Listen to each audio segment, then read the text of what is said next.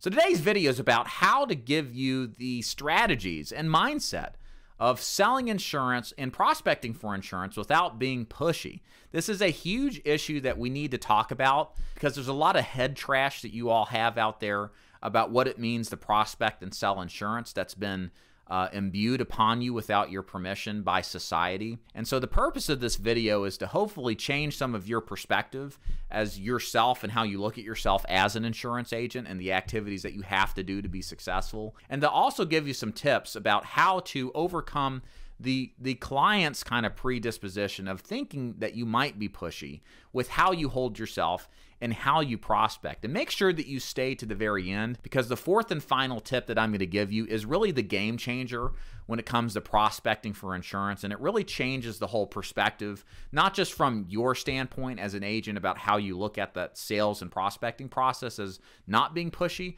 but also from the clients, because it's a whole entire change of how you prospect. And if you sell insurance, it's absolutely important that you buy into this and learn this. So let's take it away. Okay, so number one, above all else, you got to fix your mindset. This is really important because, like I mentioned earlier, the bottom line is you're brainwashed. So are our prospects. And we all operate with this Hollywood-driven mentality of what it means to be a salesperson. Generally, the common thought about salespeople is that they're distrustworthy. They're con men. They're going to force you to buy something that you don't need. They're slick talkers. You know, they're pushy. And all of this stuff is reinforced, like I said, by famous movies like Glengarry Glen Ross, Wolf of Wall Street, Boiler Room, and many others. And understand that this is what you begin with as a salesperson. You begin with this perspective in your brain with these thoughts swirling around that are simply unfounded and untrue. The truth is there is a kernel of truth with how the stereotypes are about salespeople. It's not like it's just been thought of out of nowhere, but the vast majority of successful salespeople don't run a business like this. And in fact, it's quite the opposite. They have a positive perspective about the prospecting process. They don't look at it as a way of taking something from somebody that they don't need, but they look at it as a way of helping somebody with something that they do need. They look like they feel as if they're going out to help people because they are.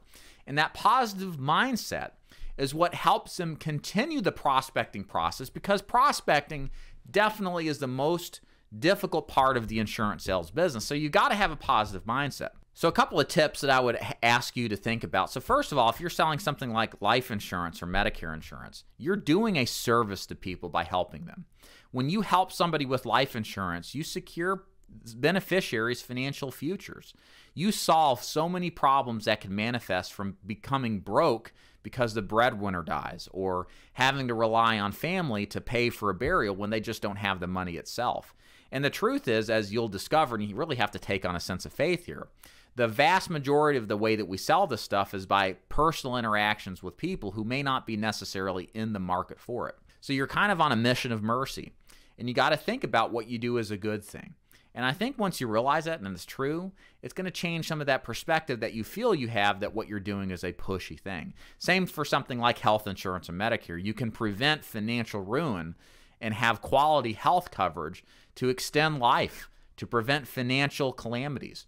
And only insurance agents with intelligence and the ability to help and understand the products out there are the ones with the answers. And this is a noble profession. This is how I think. This is how I train my agents to think. And so shift your mindset on this, and I think that you'll have a better perspective on thinking about the prospecting and sales process as not being pushy, but being something that you're charged with and have the duty of doing to help people. Second point here, guys, you have to worship at the altar of activity. So here's the thing. You think probably as a new agent to the business that you are being pushy, and the feeling of pushiness, of course, like I said, stems from this negative mindset that you've been brainwashed with, but it also stems from this lack of activity that you're probably doing. One of the things that I realize is that people who are pushy tend to be pushy because they're not doing enough appointments. Every single appointment matters, whether it sells. It matters if it has to sell, because there are only so few that you get a week that you really push these people to buy, maybe sometimes when it's not appropriate. The solution in part to that is to have an abundance of opportunity and to get out of a scarcity mindset So when you move to an abundance mindset, and not just abundance mindset, but an abundance business model, that you have lots of opportunity and you don't feel the need internally to push because you're not as afraid when a client says no to buying and you've tried your best to rebuttal, of course, and try to sell it. You're not afraid that this deal is going to go away. Why? Because you've got 14, 20 plus other appointments to run, and you know that the numbers are aligned in your favor because you have so much activity at your behest to then manifest deals simply because of the raw volume of opportunities that you're seeing. I found personally when I was running 20, 30 plus appointments a week as a final expense agent, I just didn't care whether or not the client bought. I mean, I cared in a sense, of course, but I wasn't stressed out if they decided not to, and I did all I could to encourage them positively to buy if I felt like the need was there. And I think what that happens is it lowered my stress level, it lowered my anxiety. I went through the presentation with more energy, more conviction, and I was okay to walk away, and I never felt that pressure like a lot of agents out there with minimal activity feel to make every single deal work. So if you're not running 15 appointments a week, guys, no matter what it is you're selling, you're not doing enough activities. This is if you're full-time. So you need to find a way to fix that activity, and I think what will happen is that your stress level will go down, and you'll find you're going to be converting more deals than had you not had the activity. Number 3 is the 80-20 communication rule, and this is imperative as a salesperson in the presentation, and that is the idea that you should be listening 80% of the time and then asking questions or talking 20% of the time. One of the things that make people feel like you're pushy is that you talk a lot, you suggest people to do a lot of things, you don't spend time and listen and develop empathy with the client. So inverting that kind of ratio of listening and communicating is imperative because people feel flattered when they're listened to intently. When you take the time to ask good questions of the client and intently listen to their situations, their urgency, their needs, or their desires, they don't feel like you're being pushy at all. Quite the opposite. They feel like you're a good listener.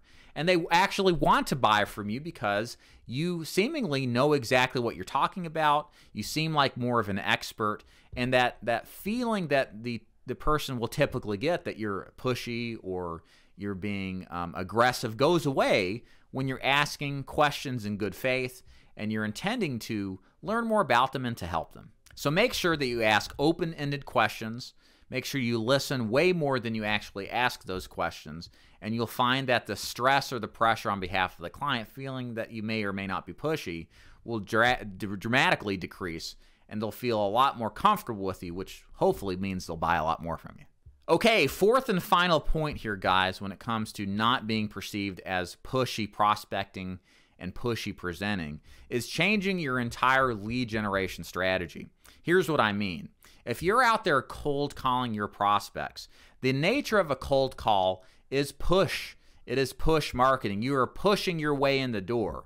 You're pushing your way into a presentation.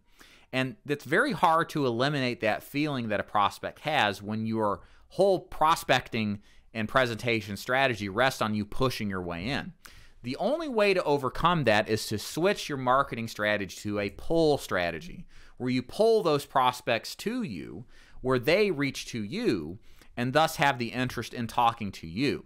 This is why we recommend at the Ford Insurance Group, and why I think every agent should do it as well, is do a warm or some kind of hot lead generation program where the people raise their hands in agreement of being interested, which thus reduces the pressure element dramatically because they have opted in to receiving your solicitation. What I found getting into this business as a new final expense agent in 2011 is that I didn't like the idea of sales from a cold perspective because I hated the idea of cold calling people. I thought it was very pushy. I'm not that kind of person, okay? But I was completely fine with the idea that if I utilized a lead where the client expressed interest in buying, to come over to their house, even just arrive unannounced face-to-face on a door knock, certainly on a preset appointment too. And that whole opportunity to use leads is the only reason that I'm in this business. So guys, those of you out there who are using old-fashioned techniques of cold calling on the phone, cold calling in person, yeah, it might get you results, but the problem is it's a grind. It sucks your soul out. And changing to a warm lead generation strategy, it changes your perspective. It makes everything we talked about in this video earlier that much easier to accomplish. So this, to me, is the X factor. This is what you have to do if you're not already doing, and you want to see better results out of not being perceived as being pushy in the presentation or appointment setting. Ladies and gentlemen, I hope these 4 tips help you with getting more appointments and selling more insurance without the perception of feeling pushy. The biggest takeaways here, guys, is fix your mindset, change your lead generation strategy from cold to warm, and listen more than talk, and certainly do a lot of activity. All of these combined make the whole approach that you have and the perception the client has of you as being way less pushy and being way more helpful, especially when you interject and implement a warm lead generation strategy where instead of you pushing your way in the door, the clients are pulling them towards you in interest to buy. Thank you so much for watching. Please subscribe and like if you haven't, and check out daviddufour.com/FAQ to learn more. Thanks.